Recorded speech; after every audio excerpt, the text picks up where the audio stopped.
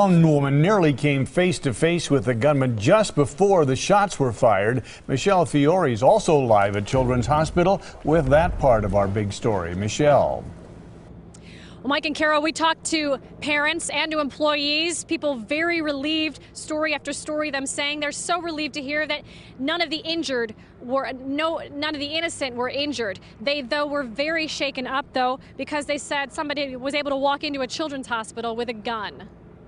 Parents already facing difficult decisions regarding their children's health care were overwhelmed today when a gunman entered the 7th floor and the hospital was put on lockdown.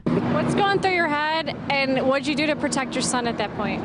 I carried him, brought him over. He started crying. He was scared. Small children, their parents, and teens, too, had a stressful afternoon. This young man rushed over when his friend texted him about what had happened. He's thrilled to see she's okay. You have to call me, I'm worried. And I was like, I'm okay. Cornish was at Children's for a doctor's appointment. She had one of the closest run-ins with the gunman.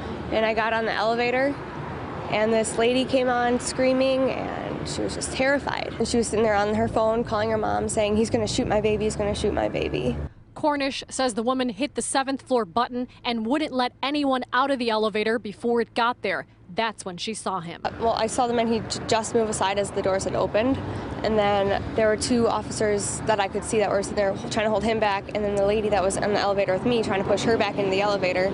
The elevator doors shut, and Cornish spent the next few hours on the 5th floor texting her mom, who had been waiting for her on another floor. She felt awful. She was crying, and other people were helping her, like calming her down, and she was just freaking out. And finally, after hours of being apart, Cornish was able to give her mom a hug, and that was definitely a tearful reunion.